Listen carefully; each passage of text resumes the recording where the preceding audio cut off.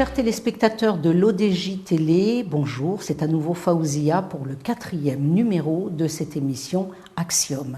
Cette émission où nous allons recevoir une femme extraordinaire, un combat de toute une vie, c'est Madame Amina Ansari, qui est la présidente fondatrice de l'association Inclusion et Insertion pour tous. Nous allons parler des personnes en situation de handicap à besoins spécifiques. Madame Ansari, bonjour. Bonjour, je vous remercie. Le plaisir est pour moi. Je vous remercie pour cette invitation, surtout avec ce sujet épineux. Très épineux. Je vous connais depuis des années. Nous avons eu l'occasion avec Maghreb Secours de faire des actions ensemble. Oui, exactement. J'ai pu voir l'étendue de votre travail, j'ai pu voir tout ce que vous faisiez. D'abord, j'aimerais avoir une précision. Il y a très longtemps, on disait des personnes handicapées. Pourquoi est-ce qu'on a changé aujourd'hui? Pourquoi des personnes en situation de handicap à besoins spécifiques? Parce que on a changé parce que le mot handicap c'est un peu gênant. Alors le mieux c'est de dire situation handicap ou bien à besoins spécifiques. Surtout qu'on peut être handicapé à une partie du temps dans sa vie Exactement. et une autre partie on ne l'est plus. On n'est pas obligé d'être handicapé. Exactement. Il y a beaucoup de gens qui sortent heureusement, alhamdoulilah, exactement, du handicap. Nous aimerions, pourquoi inclusion? Qu'est-ce que reflète pour vous ce mot de inclusion et insertion? D'abord, parlez-nous un petit peu de cette association. Que fait-elle? Quel est son point fort?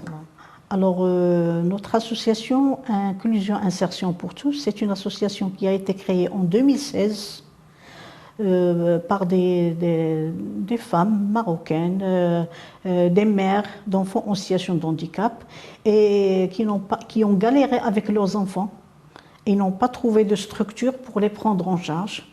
Ce qui fait, on a pensé à structurer cette association et s'occuper de nos enfants nous-mêmes. Ce qui fait, on travaille dans des écoles publiques. Pour notre association, on a deux écoles. On travaille dans 2 écoles primaires publiques et un collège. Donc vous insérez des enfants en situation de handicap qui vont étudier avec on des enfants s'occupe de leur scolarité et une prise en charge thérapeutique, c'est-à-dire en orthophonie, psychomotricité, kiné, psychologie. Et une fois qu'ils sont pris en charge, et bien sûr, alhamdoulilah, on voit bien qu'ils changent de comportement et ils avancent petit à petit dans leur vie et on leur éduque aussi l'autonomie, qu'ils soient autonomes et qu'ils apprennent à vivre eux-mêmes. On s'occupe aussi de la guidance parentale, c'est-à-dire qu'on fait des formations pour les parents pour comment s'occuper de leurs enfants en dehors de l'école ou bien en dehors de l'association, parce que l'association, elle les prend en charge, ils leur apprennent des choses, alors quand ils sont à la maison et ils n'appliquent pas, c'est comme si l'association ne fait rien. Ce qui fait, on donne des formations aux parents pour bien s'occuper de leurs enfants en dehors de quel milieu viennent ces enfants? Bien sûr, c'est des milieux en précarité. En général, ces enfants, c'est de familles démunies et des familles pauvres. Et ils n'ont pas les moyens de s'occuper des enfants. Parce qu'un handicap, c'est, quand on a un enfant en besoin spécifique à la maison, c'est beaucoup d'argent par semaine. Parce qu'il faut une séance d'orthophonie, une séance de kiné, une séance de psychologie. Et si on prend toutes les thérapies, ça va faire dans les 1000 dirhams par semaine. Alors ce qui fait, c'est très difficile. Quand on dit que l'handicap, il appauvrit, c'est vraiment il appauvrit. Est-ce que vous avez des partenaires étrangers qui vous encadrent, qui vous soutiennent?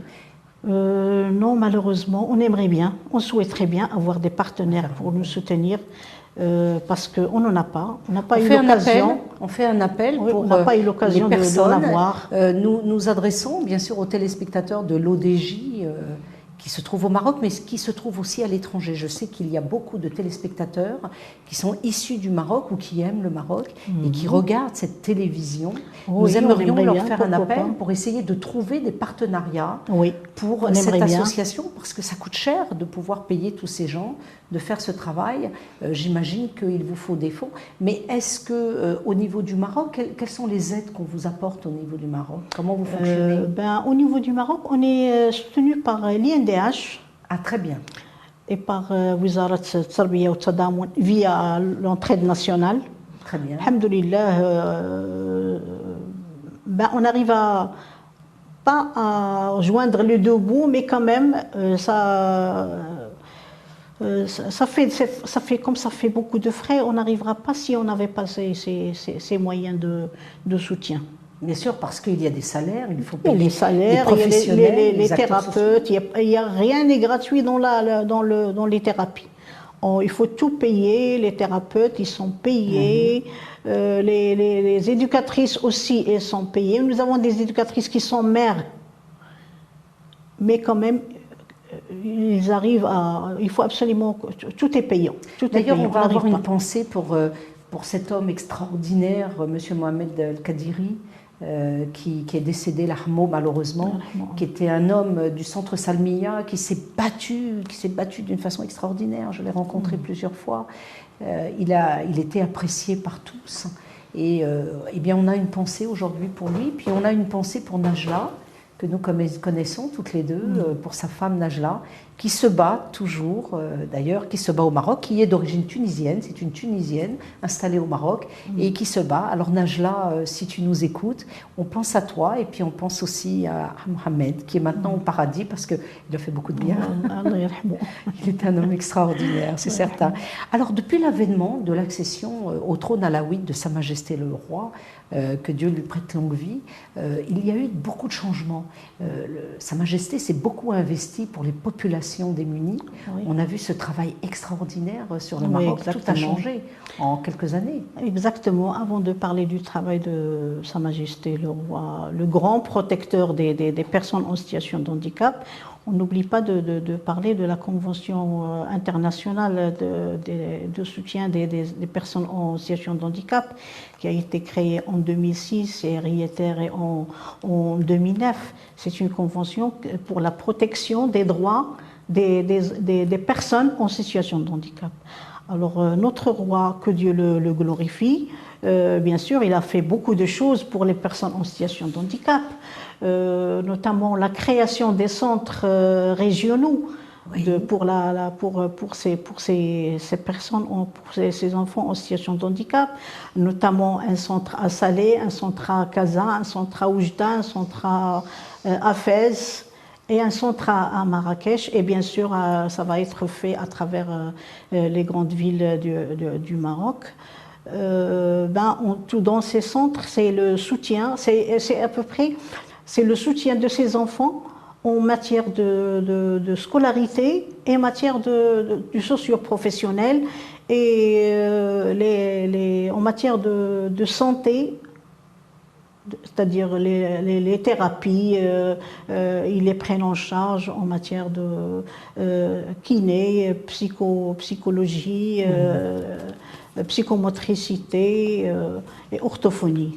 Alors, on parle de ces thérapeutes. On va essayer, lors de cette émission sur l'ODJ Télé et cette émission Axiom, Axiom est une émission qui aime aussi pouvoir apporter une certaine orientation à des jeunes qui se posent bien souvent la question de que vais-je faire dans ma vie. Alors, vous avez des métiers qui sont des métiers spécifiques pour les personnes en situation de handicap. Amina, ces métiers, comment ça se passe? Comment on devient thérapeute? Ou quels sont d'abord ces métiers Alors, pour les métiers, il y a l'éducation spécialisée. D'accord. Parce que vraiment, pour s'occuper d'un enfant en situation de handicap, il y a certaines études qui se font pour une éducation, qui se font pour une éducation spécialisée. Il y a aussi les thérapies. C'est-à-dire les études d'orthophonie, de psychomotricité, de kiné et de psychologie. Tout ça, si on n'a pas ces métiers-là, on ne pourra pas on ne pourra pas s'occuper Il y a des personnes. formations ici au Maroc. Ah oui, c'est sûr. Ah oui, il y a des Même formations. au centre Salmiya, je sais qu'il y a des Oui, formations. oui, oui, il y a des formations dans plusieurs établissements au Maroc pour faire pour apprendre ça et pour faire des études. Même ici à Rabat, il y a l'établissement Manar. Bon, je ne sais pas si je peux. Bien sûr, oui. L'établissement Le Manar, c'est pour l'éducation spécialisée. Il y a des établissements privés pour et même publics pour les thérapies. Amina, tu as un site web. On va demander aux téléspectateurs qui veulent s'orienter vers les métiers en faveur des personnes à mobilité réduite ou en situation de handicap ou à besoins spécifiques de se renseigner parce que ce sont des orientations, ce sont des métiers très importants. Alors, jeunes filles, jeunes garçons ou personnes qui veulent se reconvertir, aller vers ces métiers qui sont si bien enseignés. D'ailleurs, même ta comparse, Inde, que je connais, est actuellement en train de passer un examen en sociologie. Exactement. Alors, on va croiser les doigts et puis on va espérer, puisque c'est sa dernière année. Donc, vous vous formez vous-même constamment, vous êtes constamment en formation. Bien sûr, dans ce domaine, s'il n'y a pas la formation continue, on ne peut pas réussir. Oui. Parce qu'il y a toujours des nouveautés, il y a toujours il y a des cas, parce que le handicap n'est pas le même. Il y a différents handicaps, ce qui fait il faut absolument se former, sinon on ne peut pas avancer. D'ailleurs, même pour ces thérapies et tout, alhamdoulilah, maintenant on en trouve. Parce qu'avant, il y a certaines années, on n'en trouvait pas. Peut-être un orthophoniste dans, je ne sais pas, dans une ville où il y a des thérapies qui ne se trouvaient même pas. Mais là, alhamdoulilah, on a beaucoup d'établissements qui font ça. On a beaucoup d'élèves, d'enfants qui font ça. Alors, alhamdoulilah. J'aimerais aborder une question qui est un petit peu délicate. Vous avez des enfants qui sont à mobilité réduite ou qui sont malheureusement en situation de handicap et qui vont intégrer des écoles où sont des enfants qui sont des enfants lambda, qui sont parfaitement mobiles. Ces enfants doivent accepter d'avoir à côté d'eux, sur la chaise d'à côté, un enfant handicapé. Comment les enfants, aujourd'hui, dans les écoles, perçoivent cette particularité d'avoir à côté d'eux un petit camarade de classe qui soit handicapé? Est-ce que les enfants le conçoivent et l'acceptent? Et les parents, qu'est-ce qu'ils en disent? Alors là, c'est quand on parle de l'inclusion. L'inclusion scolaire, c'est quand on prend un enfant en situation de handicap et on le met. Bien sûr, on lui prépare le chant, et on le met à l'aise, on lui prépare les infrastructures pour être dans un établissement avec des enfants qu'on dit normaux, en tous les cas normaux, lambda, on va dire voilà, lambda, exactement, un enfant. Alors, ce qui fait, il s'intègre bien. Et je trouve que même les autres enfants, ils acceptent, ils arrivent à accepter ces enfants. Et ils présentent même leur aide. Et je trouve que, alhamdoulilah, l'intégration et l'inclusion, elles se portent très bien au Maroc. Oui, parce que le peuple marocain est déjà généreux, altruiste, c'est un peuple gentil. Exactement. On sait très bien, dans le monde entier, on vous dira toujours les Marocains, ils sont gentils, les Marocains. Alhamdoulilah. C'est un peuple très gentil et je comprends que les enfants veuillent aider. D'abord, nous avons le socle de l'islam qui est là, qui nous dit que la sadaka, qu'il faut aider son prochain. Donc, ce qu'il faudrait aujourd'hui, c'est peut-être passer un message. Vous travaillez avec 2 écoles, mais est-ce que vous avez envie de travailler avec plus d'écoles? Est-ce que vous avez envie d'avoir des écoles, peut-être pas simplement dans le public, peut-être aussi des écoles privées qui pourraient recevoir des enfants? Ils ont un peu plus de moyens. Est-ce que même pour mettre en avant l'identité de leur école, leur notoriété, je pense à des écoles... Ça se passe déjà. Il y a des écoles qui ont des écoles privées, qui ont des classes spécialisées D'accord. D'ailleurs, c'est là où, ça fait longtemps, c'est là où ma fille avait commencé, parce que j'ai un cas d'enfant, c'est là où ma vie avait commencé. Ils ont une classe spécialisée, il y a moins d'enfants. Bien sûr, il faut qu'il y ait les thérapeutes qui viennent toutes les semaines voir ces enfants et voir leurs besoins, et les orienter. Du côté du public, là, on trouve que les écoles publiques, le ministère de l'enseignement, il facilite. Très bien. Il facilite l'accès dans des écoles, bien sûr, quand il y a disponibilité. Quand ils ont des classes qui ne sont pas utilisées, volontiers, ils donnent ces classes aux associations pour les occuper. Ça va leur faire moins de charges, parce qu'on ne peut pas payer un loyer à une association, n'a pas les moyens de payer un loyer pour s'installer. Alors le mieux, c'est les écoles publiques. Alors pour les écoles publiques, nous, on avait pris des classes dans deux écoles. On avait commencé par la première, et puis quand ça marchait, on a pris une deuxième, bien sûr dans deux préfectures différentes. Et pour le collège, c'est toute une histoire. Alors on avait des enfants qui ont atteint le CEP, c'est-à-dire ils ont passé le CEP et ils ont réussi. Alors il faut absolument les mettre quelque part. Alors, on a vu avec le ministère de l'Enseignement, on était la première association à prendre des classes dans un collège. Ça ne s'est jamais fait avant. Ça ne s'est jamais fait avant. D'ailleurs, quand on a eu l'idée, on s'est déplacé, moi et Madame Hind, on s'est déplacé à Rabat pour s'inspirer d'une expérience d'une association qui a déjà ses classes dans un collège. On nous a dit que vraiment, vous êtes la première association qui demande des classes dans un collège. On était l'école pilote. Vraiment, ça nous a alourdi. En quelle année En 2018. Oui, 2018, on avait pris les classes dans un collège. Et là, alhamdoulilah, ça marche. On a des enfants qui dépassent 16 ans. Parce qu'au niveau du collège, les enfants, quand ils dépassent 16 ans, et puis là, on a opté pour la scolarité, bien sûr pour les enfants qui sont en mesure d'étudier, et d'autres pour le socio-professionnel. C'est ce qu'on fait d'ailleurs dans le collège. C'est du socio-professionnel, c'est de jardinage, c'est la cuisine, c'est les amal el-moisia. Vraiment, ça alhamdoulilah. La poterie. On a eu des bacheliers parmi les personnes qui ont suivi ce chemin, ce cursus dans ces écoles publiques, même en tant que personne en situation de handicap. On a eu des bacheliers. Est-ce qu'ils ont surtout qu'aujourd'hui, on a des métiers qui sont accessibles. Les métiers de l'Internet, communauté manager, développeur, UI designer, on a des métiers qui sont quand même aujourd'hui accessibles à des personnes qui sont soit à mobilité réduite. Par contre, ce qu'il faudrait essayer de faire un peu plus au Maroc, c'est de l'accessibilité, de pouvoir accéder, l'accessibilité pour ces lieux où il faudrait trouver un peu plus d'accès pour ces personnes. Exactement, on ne peut pas nier, il y a beaucoup d'efforts qui ont été faits au niveau des accessibilités, au niveau des administrations, des banques et tout.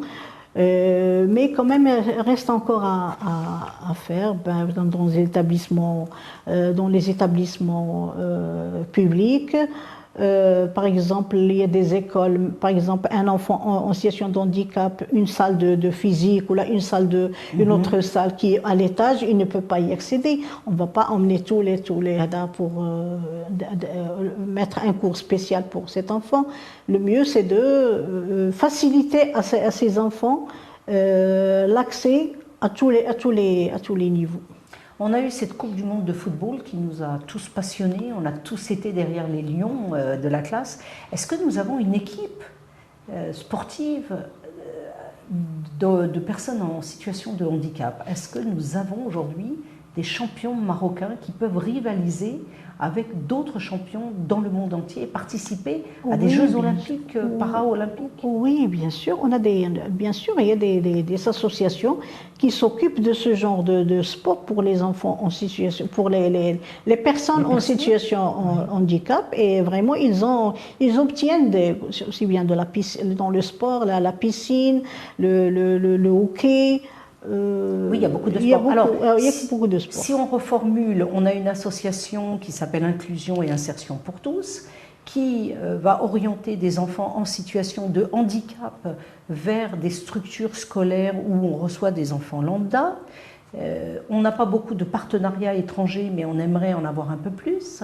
Il faut trouver des moyens pécuniaires pour pouvoir travailler. Oui, exactement. On aimerait bien. Vraiment, ça nous, oui, c'est l'argent, c'est le nerf de la guerre. Hein, et ça nous aidera à donner plus et penser à autre chose. Vraiment, on a besoin de faire beaucoup de choses, mais vraiment les moyens ils sont limités. On fait un appel du pied aussi aux directeurs des établissements privés pour qu'ils puissent prendre contact avec cette association. Le site web, c'est www. On a un site web. On a de toute façon, dès que vous tapez sur Google association inclusion et insertion pour tous, vous allez trouver le site web et les réseaux sociaux. On demande à ces directeurs, si possible, de prendre contact avec cette association et de proposer des programmes d'insertion pour ces enfants qui doivent rentrer et qui sont en contact. Et d'ailleurs, je pense que les écoles privées qui vont aller vers ce genre de programme vont pouvoir briller parce que c'est une participation au développement du Maroc. Exactement, oui, c'est sûr. Et Sa Majesté qui s'est tellement orientée vers l'aide aux personnes démunies et qui s'est engagée, je pense que ces directeurs d'écoles privées devraient ouvrir quelques classes, pas simplement des écoles scolaires pour jeunes enfants, mais aussi des écoles supérieures, parce qu'on n'a pas beaucoup de classes dans les écoles supérieures, alors qu'on peut former des ingénieurs. Le Maroc, aujourd'hui, même si on a une mobilité réduite, même l'informatique... en études supérieures, il y a des personnes en situation de handicap qui suivent leurs études dans les facultés, dans les établissements privés publics, dans les établissements privés. Alhamdoulilah, ça commence à... Mais pas simplement, Amina, pas simplement des personnes à mobilité réduite. Il faut aussi s'occuper des personnes qui ont des problèmes neurologiques et qui, par le fait d'intégrer des programmes dans ces écoles, vont se sentir épanouis. Les parents vont aussi être épanouis, les enfants, les étudiants. On pense surtout aux personnes trisomiques, par exemple, qu'il faut pouvoir intégrer, bien qu'il y ait des centres qui soient parfaitement bien gérés aujourd'hui. Il y a beaucoup de choses qui ont changé, mais il faut absolument prendre conscience qu'il y a une frange de la population. Surtout que le handicap au Maroc est encore très présent. Oui, il est très présent, oui. C'est 6,8% de la population. C'est dans les 2 millions. C'est les statistiques de 2014. De 2014. Ça doit augmenter un petit peu. Les statistiques n'ont pas été encore refaites. Mais quand même, 2014, nous sommes quand même à presque 10 ans. Exactement. Donc en 10 ans, il ne faut pas oublier non plus les accidentés de la route, les enfants qui sont accidentés. Vous avez des enfants qui sont parfois accidentés dans des accidents sur l'autoroute ou ailleurs. C'est pas uniquement par naissance, où là, c'est exactement, ça peut être un accident qui cause un handicap. Vous savez, vous avez aussi des mamans qui sont enceintes qui ne savent pas toujours prendre soin de cet enfant et qui embrassent un petit peu tout le monde. Elles se retrouvent avec des maladies qui sont des maladies infantines et qui malheureusement peuvent donner des handicaps aux enfants. Notamment, quelles sont les maladies qu'il faut éviter quand on est enceinte? Il y a beaucoup de maladies. Il y a les varicelles, je pense qu'il y a...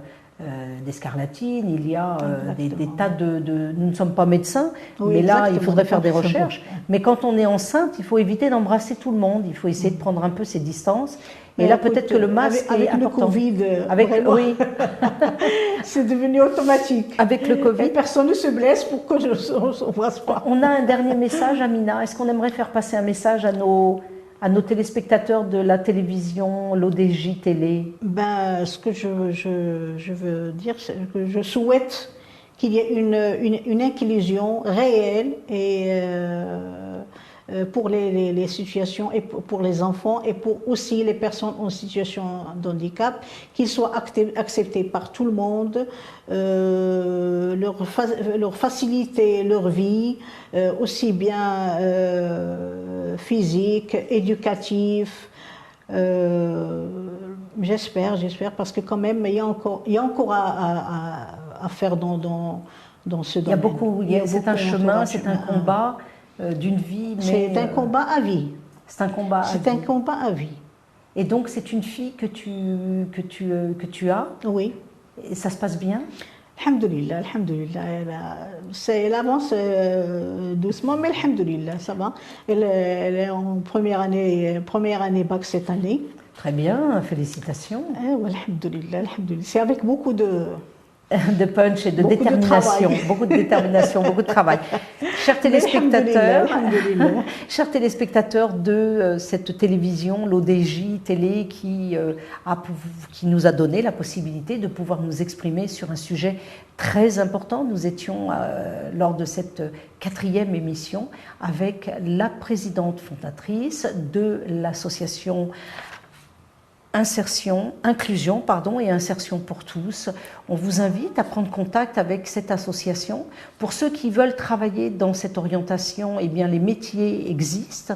Et puis, nous espérons vous revoir lors d'une prochaine émission sur l'ODJ. Mais bien sûr, je voudrais juste remercier Madame Hind Gourmed, la présidente actuelle, pour ses efforts et pour tout ce qu'elle fait pour cette association et pour ses enfants.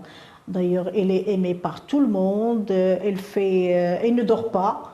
Elle passe tout le temps à travailler, à aller chercher les bonnes façons pour satisfaire, pas satisfaire, mais pour donner le mieux à ses enfants. J'acquiesce car je la connais particulièrement et Hind est une personne. Hind, on pense à toi, tu es en examen, exact. Tu vas réussir, tu vas nous épater, tu auras une mention. Elle réussira, Inch'Allah, avec son bon cœur. Son bon cœur et Nia. Oui, on parle toujours de Nia. Oui. Alors, c'est une dame qui est Nia ou... C'est une très bonne femme. Je l'ai vue je ne peux pas discuter avec. Alhamdulillah, elle est très bien. Je suis très satisfaite et très contente que la relève est bien assurée. Oui. Je l'ai vue en face de personnes des autorités marocaines. Elle défendait très bien son combat. Et d'ailleurs, je sais qu'elle est allée vous êtes allé souvent jusqu'à Laayoune. Vous avez parcouru tout le Maroc pour les des caravanes médicales, humanitaires. Vous êtes allé partout dans le Maroc. Je vous ai d'ailleurs accompagné à Fès la première fois. Ensuite, Maghreb Secours vous a accompagné. Ce 4e numéro de Axiom sur l'ODJ TV, où nous avons rencontré cette fantastique présidente d'association Inclusion et Insertion pour tous. J'invite notamment les téléspectateurs de cette ODJ TV de télécharger l'application Karam, K de kilo, A-R-A-M, que vous trouvez sur iOS ou Android. Vous avez aussi le site www.karam.ma, de pouvoir faire des dons gratuits sans avoir à payer quoi que ce soit. Vous regardez simplement une capsule publicitaire. Nous travaillons toujours avec cette association Inclusion et Insertion. Merci beaucoup, Amina, de nous avoir je vous remercie beaucoup pour l'intérêt que vous portez à ce sujet. Et vraiment, ça vaut le coup. Vraiment, il faut en parler. Axiom vous remercie de votre attention. Je vous donne rendez-vous pour une prochaine émission. Nous en serons à la 5e prochainement. Et nous avons toujours le même leitmotiv, à savoir tous ensemble pour un Maroc, un Maghreb, dans une Afrique solidaire. Merci.